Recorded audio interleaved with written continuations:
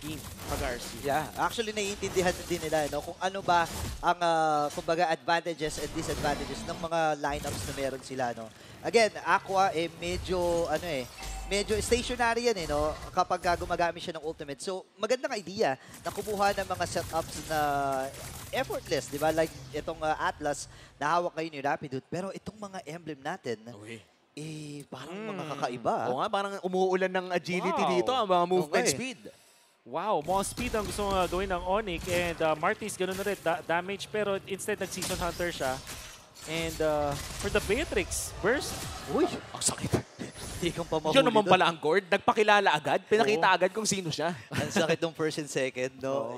Yun yung aasahan mo talaga eh. And isa sa mga maganda sa isang Gord, no? Kapag sa laning, ang bilis niya mag-clear wave. So, mas mabilis siyang makakasama if ever man na may mga objective takings na pinaplano yung pupunan, di ba? Etong hero sa composition ng RC na hindi ko masyadong nagustuhan is the Arlot. Kasi una sa lahat, hindi yata siya ganun kalakas when it comes to laning against Edith. Tas additionally, maganda yung final slash na ibigay dun sa Valentina eh. Oops, lalo sila yun. Level 4 Irad! na itong si Irad at may ipit. Decimation para kay Ryzen. May hook din naman na attempt dito si Light. Pero hindi niya aabutan itong si Rapidut. Ito talaga yung inaabangan natin mula sa mga Martis users, no? Na kapag maaga pa lang ay makahanap na ng kill. Maaga pa lang ay makahanap na ng solo kill. Nets!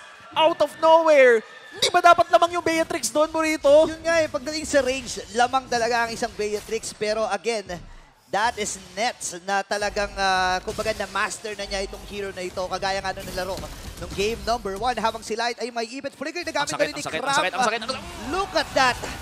Nasa primal rat stage pa siya at talagang inabutan at napatay itong si Light. Yun talaga ang kapangyarihan ng Edith ngayon, no? Akala mo tank-tank lang, pero ang sakit kapag tank pero rock. Yun yung mga galawan ng Edith ngayon. 101 ngayon si Kram. At ang masama nito kapag naka-primal rush siya yung Brave Smite nagtitrigger doon sa mga auto-attack. Oo, tsaka nai-stack eh. Pero speaking of which, andun yung hook. Kaya lang makakancel yon ng kanyang Mortal Coil. Magandang timing para kay Ryzen sa pagkakataon na yun. Accurate man ng hook, hindi mo mahihila ang ayaw magpahila. Hindi talaga mapipilit yan. At yan ang kalakasan ngayon ng Martis, no? At Kram naman. Kanina pa yan. Boss Kram naman. Tingnan mo naman kung gaano ka-agresibo itong si Kram. Game number 1, nakita natin may mga questionable setup siya. Pero mamaya natin pag-usapan niya kasi si Rapidut ay papasok din. Light dito ay natutula pero si Escalera ay nandun sa may gilid. At nakuha na naman si Light for the second time. Mas pinabilis ang galawan ng Onyx ngayon. Talagang ultra fast ang kanilang rotations with all of these skills na biglaan. At kahit iisa lang ang tatargetin ni Rapidut, ay itutuloy pa rin niya. Pero mukhang si Irad na ata ang gusto niyang kunin dito. Paplanuhin nga ba dito ng Onyx? Pero wala ng ultimate itong si Rapidut. Retribution ni nagamit ni Irad. Plano niya ata si Ryzen pero mahuhog. Inabutan! And the bloody hunt. Eman will secure that one.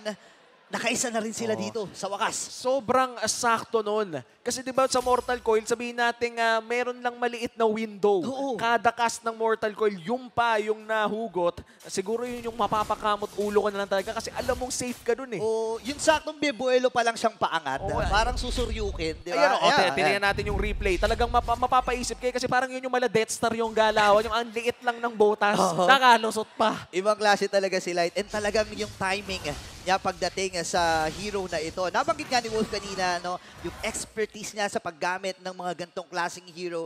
Franco, Kadja, talagang kailangan mong ilista yan and nagbibigay ng malaking respeto any teams na nakakaharap nila. Pero ngayon, second turtle ay available na. Kram at si Nats ay magkakakitaan na naman. At si Kram mga hawak ngayon ng turtle. Talagang hinila niya all the way to the RSG bootcamp. Pero ang Onyx ngayon, bootcamp ng Onyx. Pero si Kram, 2v1 dito sa taas. Winasiwas na siya. Oy, napaflicker na rin pero may ipit. At si Ako ay makakakuha rin ng isang kill. Si Rapidut ang mapipili ng kanilang kupunan. Pero ang maganda, inabasag na rin yung bottom lane turret. Rapidut with that, namatay si Rapidut doon dahil nga sa burst damage ni Aqua. Matatawag ba nating burst yun? Kasi parang mahapdi lang na DOT eh. Oo nga eh. Mahirap i-characterize yun kasi... Pero tingin ko na sa DOT pa rin siya. Under pa rin doon siya sa DOT kasi parang nagde-take pa siya ng konting ramp up. Uy, pero may set Atlas! up, fatal legs para kay Rapido. Nandun yung stun mula kay Aqua, pero wala rin naman siyang ultimate.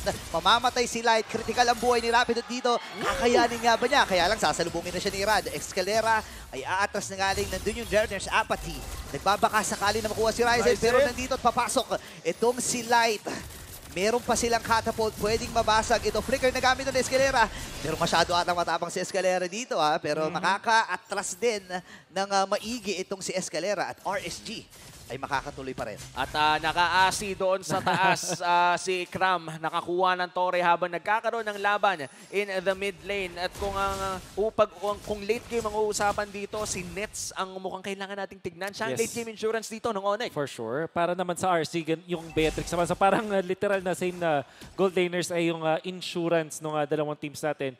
Pero ang maganda dito, pinabilis ng RSG.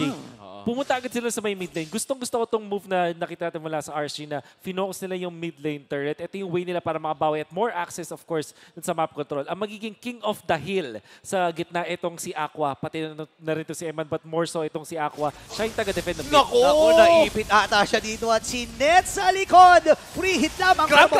rin. Itong si Kram mamapatay doon sa naging proseso na yon. Dalawa ang tutumba para sa Onyx Philippines, pero hindi pa tapos ang mga Raiders. Hinahabol nila si Escalera, pero magdedesisyon na sila na umatras kasi parang bottom lane ata ang magiging punteriya nila. Ang ganda ng turnaround play ng RC. Ultra fast hook coming in from Light at biglaan na lang nawala doon si Kram. Hindi na nakapag-primal Wrath. That could have been a big damage boost para sa Onyx, pero napakabilis talaga ng reaction doon ni Light. At Onyx ngayon, may hawak pa rin namang kalamangan, pero mula 2,000 Ay! Hika na naman, buti nilang nasaktuhan ni Ryzen with that Mortal Coil. Mabilis na pag-burst ang kanilang gagawin. Irad will secure that final Rapido! Dito si Rapido, dalawa Nanap ang niya si kanilang Eman! tira dito. At si Nuts, tatamaan ng stun. Sakto din! Wow! Man, wait the legs para sa Onyx Philippines. Mapapatay itong si Light at si Nuts. At ngayon, ang buong kupunan ng Onyx, ganadong-ganado na. Akala natin tapos na yung play eh. Naka-flicker na pala yung si Eman, pero papasukin pa rin nila si Eman. Ako ni laser sa laser! Oh, bumawi rin ang Mystic Gush. Kaya lang si Irad humahabol dito, pero hindi niya maaabutan si Nets. Parehas makunat to, kaya lang walang damage itong si Rapidut. Sniper? Op! Ay, kaya. Grabe. Neo Beast yan eh. Niya ka ni Ubis na. Kakaiba tong si Irad no? Kapag gamit niya yung kanyang Fanny, hindi siya gano'n ka-aggressive. Pero itong hawak na niya yung Fredrin, na isa lang yung dash, dito siya sobrang malagangsta. Gumalaw. Neo Beast din. Ni Ubis din. Naka-Ni Ubis na nagdaman niya na yung skin eh. Pagka naka-Neo Beast na Fredrin ka, maangas ka. Tama ka dyan. Tama. Pero kailangan pa rin mag-gabal dito ng RC at dahil ulit yan doon kay Rapidot na sobrang ganda ng performance with this Atlas. Nakita naman natin na marunong talaga na maglaro ng Atlas. Ito yung mapapakamot ulo ka kung Franco kaya. Ang lahat ng hook mo tumatama pero hindi tumatama. Oo. Alam mo yan? Tumatama pero hindi tumatama. Kumakabit pero hindi bumabalik. Oo. And ang dami kasing pang-cancel dito ng Onyx eh, di ba? Doon din Mortal Coil. yung Mortal Coil, di ba? So, I think maganda naman no para dito kay Light na tumatama. Yep. So kailangan na lang niyang hanapin yung tamang tao na tatamaan ito. Oo nga. Hanggang dito ba naman kailangan pang hanapin yung tamang tao, no, Burrito? May tamang tao, may tamang panahon. Ay, ganun ba? Ganun ba yun, Burrito? Hindi ko alam.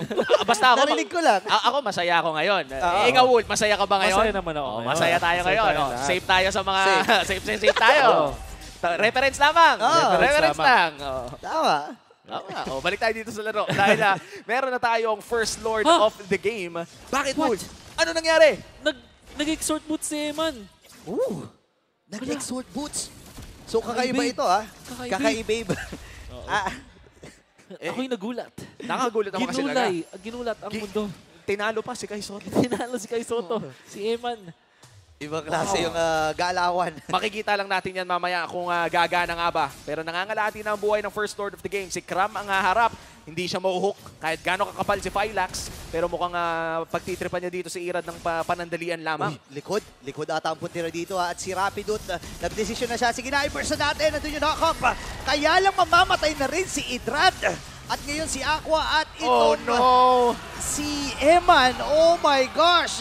4 members mula sa RSG at ang Lord ay nakuha rin ng Sonics. Napakaganda na sana ng final slash ni Nats. Pero ang ganda rin ang ginawa ng Onyx na pag-focus fire sa mga natitirang miyembro at nahook dito si Rapidut pero hindi yata makakatulong yun sa kanya. Madedelikad, napasama pa si Idol! Ito yung onward and air shotter pero si Escalera lumilikod na nga rin lamang. Meron pa silang catapult. Kaya lang hindi sapat ito. Buhay na rin lahat ng mga members ng RSG at ang Lord ay nasa itaas na. May mga panahon na pag meron sa isa sa inyong barkada na masyadong matapang, napapasama pa kayo. At sobrang naging siga doon si Irad. Ang nangyari kasi dito, binubugaw ni Rapidut. Siya yung nananakot. At lahat ng mga members ng RSG nag-back except one player, which was si Irad. At dahil naiwan siya doon sa may Lord Pit, ang nangyari, kahit solo lang yung initiation nila doon kay Irad, na burst pa rin nila. And then, yung RSG, lahat ng mga members nila nandun sa likuran. Perfect for that flicker initiation mula kay Rapidut. So, dahil nagkahiwa-hiwala yung mga members ng RSG dahil sobrang tapang nga ng kanilang jungler, destroy yung formation ng RSG at hindi sila nakapwesto afterwards. Minsan iniisip ko nga, kapag highly mechanical player ka, alam mong magaling ka maglaro, minsan iniisip mo siguro na kaya mong makatakas sa karamihan ng mga bagay-bagay o kaya mong i-mechanics palayo. And may maraming ganun. Kumbaga na magaling naman lalaro pero na-overestimate ang mga 5v1 scenarios pero meron na nga ditong Lord sa may bandang itaas at mukhang makaka-inhib ng isa ang Onyx, a 6k gold lead building up already. Wala na ang dalawang inhibs ng RSG. At ang malungkot dito para sa side ng RSG is that's just the first Lord. So 12 minutes pa lang, nawalan na kayo ng dalawang inhibitors, di na kayo ganun kataas mag-farm. Kumbaga, ma-outscale talaga kayo ng Onyx kasi mag-share kayo dun sa mga minion waves at kailangan nyo mag-defend palagi. Yung mga Lord dances na following after this, may dagdag na problema ka pa na yung lanes ay nakapush against you. At ito yung hindi natin gustong makita, yung sapilitang hating kapatid. Tama. Kasi okay lang naman yung hating kapatid kung choice mo, pero ito napipilitan silang maghating kapatid eh. Yeah, wala ka ng option dito eh. And actually, kung iisipin mo, pwede nilang i-funnel dito kay Eman. Kung siya man ang pwedeng asahan pagdating sa damage. Kaya lang kasi makakapusin sila dito, lalo na 6.5k gold lead. Siguro mga 2 to 3 core items, 1 to 2 core items kaagad ang kalamangan dito ng Onyx kung susumahin natin pagdating sa items. At ngayon, nauubos na rin yung oras 13 minutes at ilang segundo na lang, mabubuhay na rin yung Lord. Pero ganito rin ang naging sitwasyon ng RSG kanina. Malaki ang kalamangan ng Onyx pero nakabawi sila by mid to late game. Isang team fight o siguro mga dalawang pick-off lang kailangan ng RSG to get themselves back on their feet. At saktong-sakto magkakaroon pa nga dito ng unang Luminous Lord of the game. Kung wave clear lang naman ang usapan, makakadepensa naman siguro ang RSG with a Beatrix at pati na rin ang Gord na napakataas ng wave clear. Pero sisimulan na nga ng Onyx ang Lord. Hindi pa naman lumalapit masyado ang RSG pero dikit-dikit na sila. Ang medyo napapaisip dito, ang layo ng Gord, baka pang-clear muna ng wave sa mid lane. Yeah. Maganda yung problema kapag na-pushan kayo ng inhibitor dun sa first Lord fight. Talagang first Lord push, I mean. Kailangan nyo pang problemahin yung minion wave tapos kailangan mo pang problemahin yung Lord dance. And you can honestly say na kapag nakuha mo yung first Lord tapos nakapush kayo ng dalawang inhibitors, matik sa inyo na yung second. Ito, pinang-bibit, ginagawa na lang trap yung Lord ni Ryzen. Yeah, effortless kahit hindi mo itulak yan Grabe. talagang lalakang dahil malalaki. Pero ngayon si Irad, lumalim na naman free hit si Net sa likuran pero makakadash siya palayo. Retribution ginagamit na rin both parties. Kaya lang itong Lord na ito, magdedesisyon ba sila na i-burst? Lalayo muna at again, panibagong setup ang pinaplano ng magkabilang kupunan. Nakita nila ang Beatrix na nag-def pero pabalik na rin naman yun. Kamuntikan tumama. Natulak nung nakap ni Lord. Kaya nga, yun ang legit na tinulungan ni Lord. Tinulungan ni Lord. Napaganda ba nga talaga at ngayon si Light, kailangan niyang magbigay ng ilaw dito. Saan papatungo dito ang Onyx Conceal? Ay gagamitin nila si Irad naman ang kanila magiging target. Walang retribution both parties dito. Ay actually, pabuhay na rin at pa-cooldown na rin yung kanilang retribution at si Irad dito. Yung final slash at si Nets ay mamamatay din. Same with Escalera. Lord ay available. 30% yung buhay nito at mamamatay din si Rapidut. Ngayon, naiwan na lang si Ryzen at si Cram. Kailangan ng tumakbo ng dalawang ito. Pero si Nats hindi papapigil. Andun din si Light. Aqua ay pa-follow up din sa may bandang likuran. Kakatin na nila. Oh my God. Wow! At yon ang legit na tinulungan ni Lord. 3-man knock-up mula kay Lord. Papuntang final slash dito ni Nats. Man, sasabihin ko pa lang sana, sobrang tapang na naman ni Irad. Malagengsta at literal na wala siyang katulong doon. Napaka-tapang niya. Pero ang ginawa niya doon ginamit niya yata yung kanyang taunt or kung naman nakap niya. Basta na-slow down niya yung mga members ng Onyx. Sakto doon sa talon ni Lord na matatouch mo naman yun kasi kita mo yun Pero kung na-crowd control ka na before that, na-chain stun kayo. Tapos yun na nga, final slash winasiwas papunta sa ulti ni Aqua. Ayun, speaking of pagwasiwas, si Nats ay nagwasiwas na nga rin No, no. dito. Pero bababa yung kanyang Oh, buhay. no! Nahuli si Escalera. Sakto yung kanyang Winter Truncheon. And this time, yung Mystic Gush at si Eman ang makakakuha ng kill na ito. Hindi pa tapos ang RSG. At doon natin makikita ang nerf sa Final Slash. Umamba na ng Final Slash sa Escalera, yung ninakaw niyang Final Slash doon kay Nats. Pero dahil sa nerf doon sa casting time, ay hindi niya nawasiwas bago siya namatay. Pero ngayon si Cram, humaharap na. Burst damage mula kay Emma, 3-man knockup. Cram trying to escape, pero mandyan na nga rin ang Mystic Gush at kailangan na nilang tumakas. At katulad lamang ng game number 1, ay naka-comeback na naman ang RSG Philippines. What is this game? And ano ba, meron dito sa RSG, slow burn lang din talaga. Nagkamali lang sila nung game number 1. Pero mukhang ito talaga yung gusto nilang gawin. Pag-usapang RSG, pabagalin natin yung laro.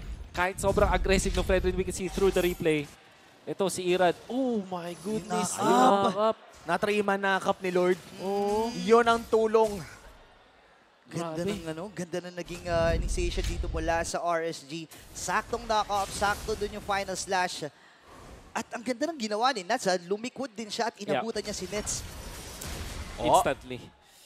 By the way, ang Earth Shatter na yan, kapag nakast na kahit anong stun mo sa ED, ay may lalabas na talagang stun. Pero nahanap ang isang importante at nawala si Rapidot ng parang bula. Conceal play nandito na rin para sa RSG. Ngayon may even si Cram at mamamatay double kill para kay Eman.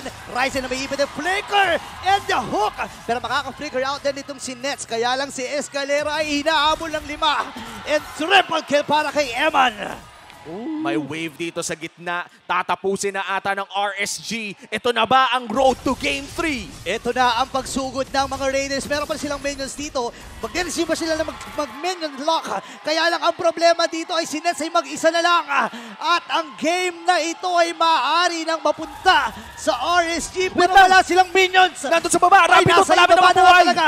And wipe out para sa RSG at ang Raiders ay ma-extend itong seri na to into game number 3. That winning moment is brought to you by our official sponsor, FWD Life Insurance.